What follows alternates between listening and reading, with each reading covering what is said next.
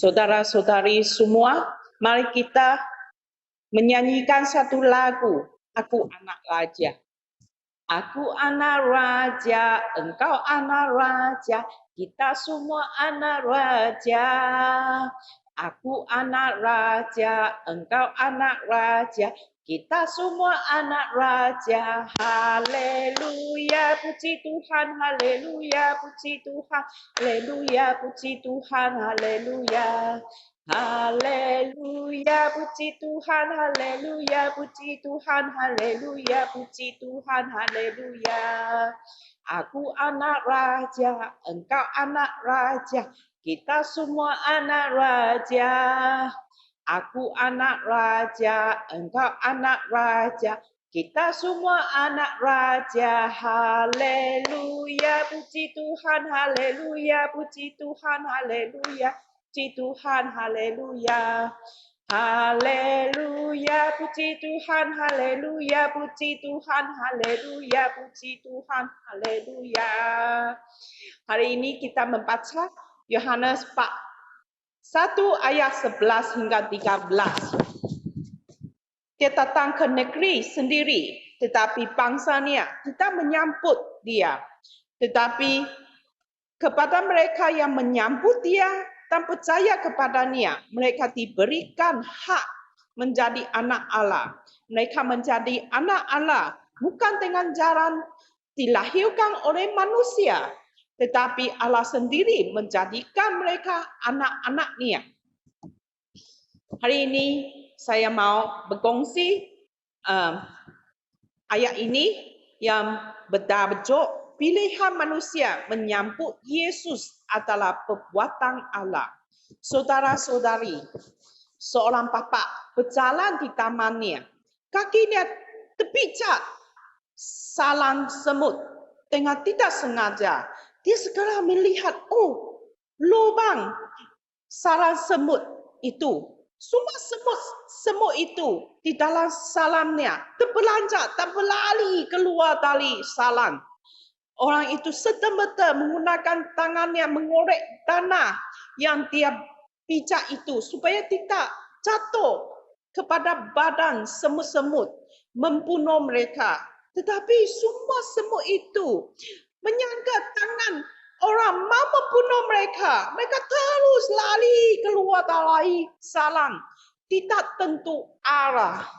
Usaha orang itu sia-sia sahaja membuat orang itu berkata dengan sendiri, "Hai, jika saya boleh bertukar menjadi semut seperti mereka, saya tentu akan beritahu mereka tujuan saya berbuat demikian supaya kamu tidak akan dikenakan tanah yang runtuh itu, kamu tetap mati.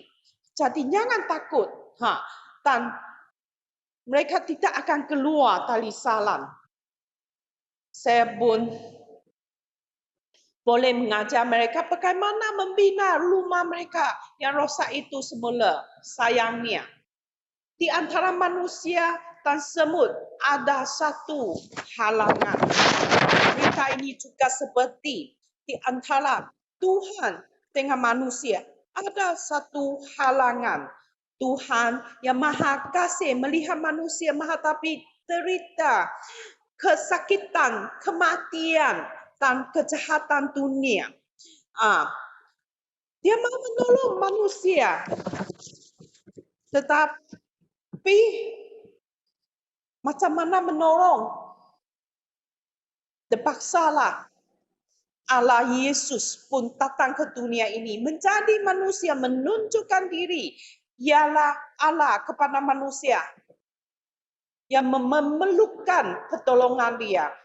Apa tintan balas manusia bila tahu Yesus lahir ke dunia ini?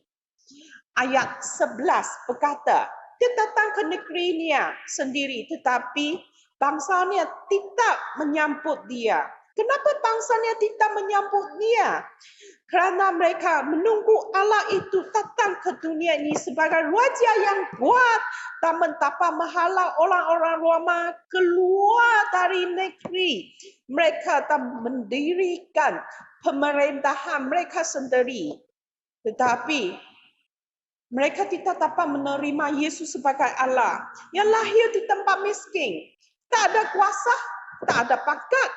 Jadi mereka mengenalkan Yesus hanya seorang yang baik hati. Ada seorang Nabi Allah sahaja. Mereka keras kepala dan tidak percaya kata-kata Yesus.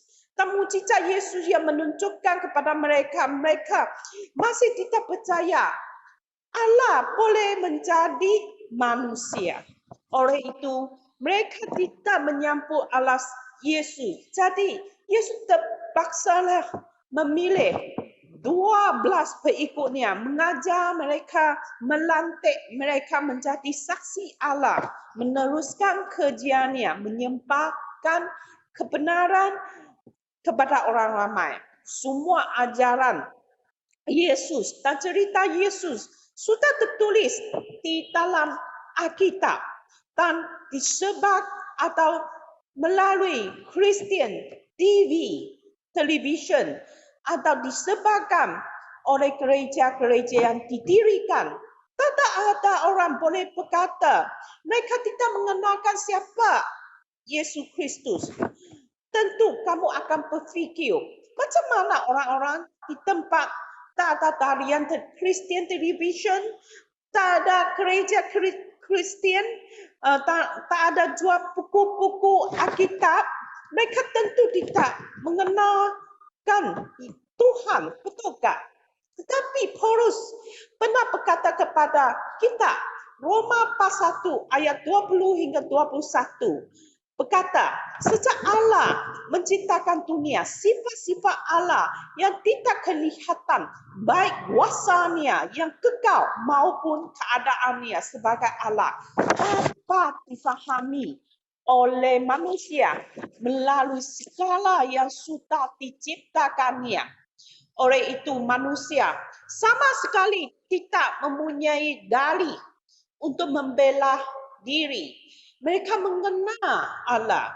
Jika setiap orang dapat mengenal Allah, kenapa mereka tidak pilih menyambut Allah Yesus Kristus? Karena manusia keras kepala dan suka hidup mengikut nafsu sendiri. Jika demikian, pikiran manusia begitu, siapa lagi akan percaya kepada Yesus Kristus dan menyambutnya sebagai juru selamat dan menjadi anak Allah? Tiada seorang pun, melainkan Allah sendiri yang menyentuh hati mereka dan hati mereka berasa dia memelukkan Yesus Kristus sebagai juru selamat, dan Allah pun memberikan mereka sebagai anak-anaknya. Saudara-saudari, saya lahir di keluarga yang bukan Kristen. Saya tidak suka kawan-kawan sekolah saya menyebarkan Injil kepada saya. Pada fikiran saya, orang Cina harus beragama Buddha. Kenapa saya harus mempercaya agama kamu?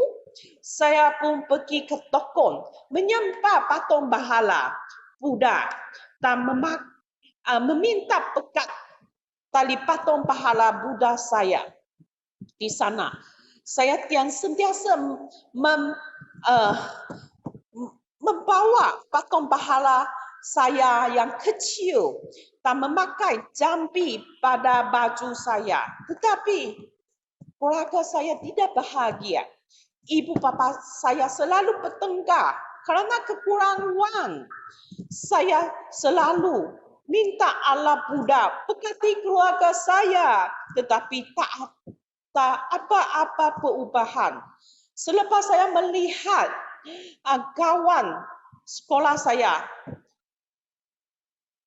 yang beragama Kristen, mereka sentiasa gembira, hidup bahagia di sekolah. Saya sangat cemburu dan berfikir, tentu Allah mereka memberkati mereka. Saya pun mau mencari, betulkah Allah mereka memberkati mereka?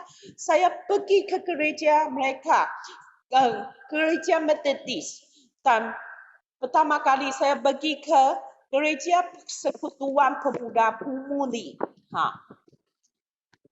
pertama kali saya pergi ke gereja itu, orang di sana itu baik hati. Jadi saya sangat suka pergi ke sana.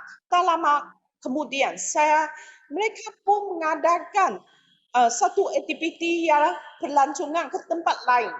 Mereka menjemput saya. Saya pun pergi bersama mereka di tempat pelancongan. Pastor pun berkhabar tentang cerita Yesus. Bila pastor berkata, upah dosa manusia adalah pergi ke neraka, baru saya sedar, oh, kenapa saya dan keluarga saya harus membakar wang untuk orang mati pada hari Ciming setiap tahun. Kalau mereka semua pergi ke neraka, menderita. Saya tak mau pergi ke sana. Saya santai. Satu hari nanti saya akan mati. Saya akan pergi ke neraka. Saya tak mau macam nenek moyang saya. Bila pastor berkata, dosa kita dapat ditebuskan oleh Yesus Kristus di atas kayu salib. Kasih Allah menyentuh hati saya. Mau Yesus Kristus menjadi juru selamat saya. Saya pun mengikut kata-kata pastor, menerima Yesus Kristus sebagai juru selamat saya. Selepas saya berdoa demikian, hati saya berasa lega dan gembira kerana saya mengetahui saya sudah menjadi anak-anak Allah. Satu hari nanti sesungguhnya saya akan mati. Saya tidak akan pergi ke neraka. Saya akan pergi ke syurga.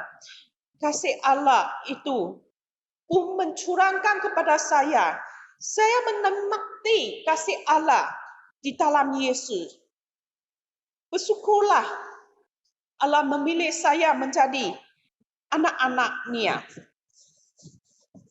Saudara-saudari, kamu juga. Bila kamu menerima Yesus sebagai juru selamat kamu di dalam hati kamu, kamu akan diterima oleh Allah sebagai anak-anak Allah. Jadi, bersyukurlah kepada Tuhan.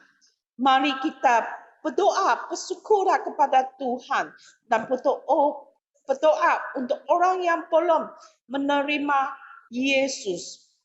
Mari kita berdoa. Tuhan Yesus Kristus, saya berdoa dan bersyukur kepadamu kerana sanggup datang ke dunia ini menebuskan dosa kita di atas kayu salib. Kita pun bersyukur dan memuji-Mu kerana kita dapat menjadi anak-anak Allah bukan dengan jalan dilahirkan oleh manusia, tetapi Engkau sendiri menjadikan kita anak-anak-Mu. Semoga Roh Kudus-Mu memimpin kita menjadi anak yang sedia kepada kehendak Allah Bapa di syurga. Allah Bapa di syurga, semoga Roh Kudus mengubah hati keluarga kita. Ada orang-orang yang di dunia yang masih keras kepala. Kita percaya kamu menjadi lembut dan membuka mata mereka memerlukan Yesus Kristus sebagai juru selamat mereka dan menjadikan mereka anak-anak-Mu dalam nama Yesus Kristus. Amin. Sekian. Selamat berjumpa bagi esok.